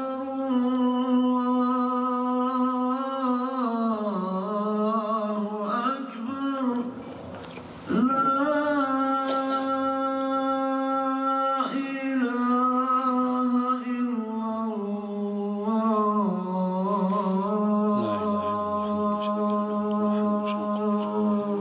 اللهم صل على محمد وعلى ال محمد كما صليت على ابراهيم وعلى ال محمد كما باركت على ابراهيم وعلى ال محمد اللهم رب هذه الدعوة والصلاة القائمة محمد رسول الله وعلى محمد طيب شباب بسم الله والصلاة والسلام على رسول الله. Très rapidement, Allah yarda alikoum, je vous donne juste des règles très rapides et alhamdoulilah vous avez aussi des personnes référentes ici à la mosquée si vous voulez plus de détails.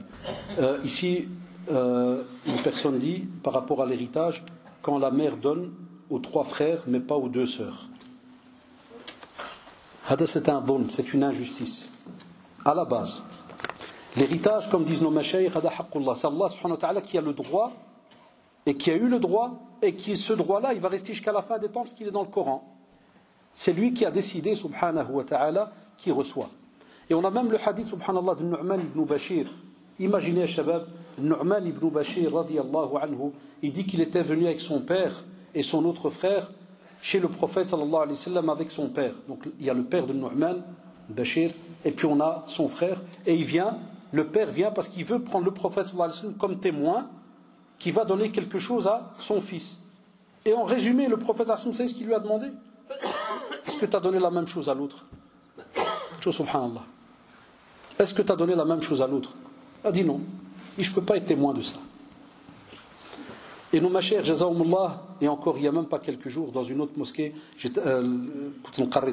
donnais cours aux élèves, et je leur avais lu une des fatwas qui est reprise, que ce soit par Cheikh Mounadjid, Cheikh Fawzan Hafidahullah, même des contemporains chez nous au pays, c'est chez Al-Sunnah wal-Jama'a. Les machers, ils te disent, celui qui va donner, il doit s'attendre, premier souci avec Allah subhanahu wa ta'ala. Deuxièmement, ça va, regardez, ça commence déjà, ça va faire de la haine entre les enfants. Ça, on oublie ça. Et les mashayikh, ils ont laissé quelques situations. Hatta ahad al-mashayikh, il disait que même si on a un enfant qui a peut-être beaucoup aidé les parents, il dit si jamais, quand il a aidé, c'était un prêt, na'am, on le retire de l'héritage. Quand il laisse tarika, quand la personne meurt, il y a tarika, ce qu'il a laissé quand il est mort. Ils ont dit alors à ce moment-là, on prend, mais si jamais, quand il aidait son père, c'était pas une aide pour aider comme ça, mais pour prêter, on enlève les dettes et on remet au garçon. Amma, une fois qu'il est décédé, les biens, il a même dit quand il est vivant, on sait que le père ou la mère peut utiliser ses biens pour, par exemple, vendre à un de ses enfants. Wallah, il a Cheikh, que ce soit Cheikh Mounadjid dans une de ses fatwas, Cheikh bin Baz rahimahullah, ils disent comme ça, subhanallah, ils te disent, si jamais les enfants tous sont d'accord, que le père y vend, par exemple, c'était une question sur une maison, que le père y vend la maison à un des enfants. Il a dit bichart que tous les enfants y soient d'accord. Amma il dit si un des enfants n'est pas d'accord, le père ne peut pas vendre. Il est préférable qu'il vende à un étranger. Subhanallah, quelle belle religion. Parce que notre religion, elle pense aussi, Allah subhanahu wa ta'ala pense aussi à quand le mort il est parti, il laisse des êtres humains vivants. Ils vont faire quoi entre eux? Ou hadi akbar musiba qu'on a aujourd'hui chez nous les Maghrébins par rapport à l'héritage. Tu trouves des fois des frères et sœurs, ils sont mashallah, mtouahidin ou mahabba ou kada, عرك يموت الوالد ولا الوالدة مصيبة. كل واحد خصو زيادة وكذا وانا عطيت وانا عملت moi j'ai aidé, moi j'ai fait. Je disais qu'on retrouve ça beaucoup chez nous. Ces problèmes d'héritage. Alors qu'Allah subhanahu wa ta'ala, si on revenait vers le Coran et la Sunna, l'héritage est bien défini. Chacun, qu'est-ce qu'il reçoit. Donc, chère sœur, conseille ta maman, dis-lui, de revoir un petit peu par rapport à cela, parce que ce n'est pas de cette manière qu'on fait, sauf si ta maman elle a d'autres choses que moi je ne sais pas. Allahu ta'ala. Moi je parle de la règle en général. Après, il y a 2-3 questions qui reviennent souvent par rapport à tout ce qui est la vie de couple. Par exemple, très rapidement, quelqu'un dit, une fois qu'on est marié, combien de temps pouvons-nous mettre pour avoir la première rapport? Quand quelqu'un est marié et installé, alhamdoulilah, chez lui, il n'y a pas de temps, il n'y a pas de délai pour le premier rapport. La seule chose qu'on conseille nos jeunes, et les walidines ils le savent, et ils doivent conseiller nos enfants, ça reste mon avis, attention. Si c'est un avis, ce n'est pas une règle religieuse. Des fois, par exemple, on fait ce qu'on appelle le mlak. Donc, on a l'aqd al-shar'i, le mariage religieux à la maison. Bon, il y a la commune, Kada, comme vous le savez. Et qu'est-ce qui se passe? Des fois, moi, je conseillais, à cause de quoi? À cause de tout ce que j'ai vu au centre islamique, de l'vdayah, de l'masa'ib que j'ai vu pendant les 17 ans. Qu'est-ce qui se passe? Ils font l'aqd à la maison. Après, Shabab Diana, ils deviennent tous des ulama, qui ont le cas, c'est ma femme. Donc, si j'ai une relation avec elle, je suis dans le halal. Donc ils s'amusent et puis qu'est-ce qu'ils font? Avant, alors que la plupart, ils font le grand mariage, la fête, et tout. Ils le font souvent quand? 1 an après. C'est juste. Pendant l'année, qui jri aliha, il lui dit au revoir. On sait, bah ça. Et après, Mskina doit se remarier. Vous maintenant, quand certains m'écoutent, ils doivent se dire, mais qu'est-ce qu'il raconte là, le jour où tu auras ça avec ta fille, tu vas me comprendre. Tant que tu n'as pas de fille, tu ne peux pas me comprendre. Et il vient, il te donne sa parole, kada, et même pas encore arrivé à habiter à la maison, il a déjà dit à ta fille, retourne chez ta mère ou ton père. Et il a déjà eu des relations. Il y en a même enceintes, pendant l'année. Yallah amni al-malak, comme on dit Bdarijayak. Elle vient chez moi au bureau enceinte, hamla mskina. Oui, Jara'aliya, il m'a dit, dégage. Allahu Akbar. Je ne sais pas. Alors que le mariage d'un mithaq, ghalid, Allah subhanahu wa ta'ala est le premier témoin c'est un pacte solennel. Donc c'est pour ça, chère sœur, cette question-là, il y a plein de virgules derrière. Il ne faut pas juste demander ou le frère combien de temps. Ça dépend, est-ce que vous me parlez une fois que tout est terminé, vous êtes à la maison? Parce qu'il y a des jeunes, ils n'acceptent pas quand je dis ça. Ils me disent, oui, mais nous on a fait l'acte religieux. Sbar, patiente. Il a un tarajel, patiente. Quand tu rentreras chez toi et vous aurez fait l'ishhar, comme il est connu dans la sunna, comme l'a dit le prophète Abdurrahman ibn Auf radiallahu anhu, awlim walaw bishat, tu auras fait un repas et tu rentres chez toi à la maison, rajel comme il faut, à ce moment-là, Allah aoun. Amma avant, je le dis aux frères et sœurs, retenez-vous, même si vous avez fait l'acte religieux, celui-là qui m'a compris, il m'a compris, celui-là qui veut rester tarnan, il le fait. Mais c'est pas facile, Allah yarda alikum. Moi, on a de l'expérience, j'ai travaillé là-dedans des années. J'ai vu devant moi plein de filles, plein. 3 mois, Yallah amnou al-malak, c'est talqa. Oui, mais je ne l'ai pas dit à mes parents, on a déjà eu une relation. Mon père, il va me qtel. C'est la vérité. Sahoulallah. Donc, Allah yarda alikum, ça c'est ce qu'on conseille. Après, très vite, Aoudia, 1 minute ou 2, la même chose. Il faudrait un jour, peut-être quand on se voit, de refaire quelque chose sur le couple. Parce qu'une sœur, elle dit, mon mari ne prend jamais en compte la vie de sa femme et ses enfants. Il a toujours raison et il se met toujours en colère. Quelqu'un d'autre, il me dit, regardez, hada kishkib hada. Et une autre, un autre frère, Jazaoullah, ici c'est une sœur, un frère me dit, comment réagir face à une épouse qui quitte la maison après une dispute. Et 30 minutes après, elle revient à la maison. Alors que normalement, on nous a appris, quand il y a une dispute, minimum, c'est l'homme qui sort, fait un tour du bloc. On a le tout. C'est madame qui sort, elle fait un tour du bloc à minuit, et puis elle revient. Là, wallah, il a mouchkila, shabab. Moi, je vous dis un verset, sum'ou. Même si on prend 1 minute, Allah yarhamkum walidin. Allah subhanahu wa ta'ala, et je crois qu'on l'a déjà répété la fois passée pour une autre question. وَمَنْ أَعْرَضَ عَنْ ذِكْرِي فَإِنَّ لَهُ مَعِيشَةً ضَنْكَ. Wallah, tout ce que vous entendez, ces problèmes de couple ici, c'est que celui, comme a dit Allah subhanahu wa ta'ala, on lui dit voilà le rappel, voilà le vrai chemin à suivre. Et toi tu veux prendre un autre chemin, Allah subhanahu wa ta'ala il te donne sa parole, tu vas vivre une vie dhanka remplie de mashakil.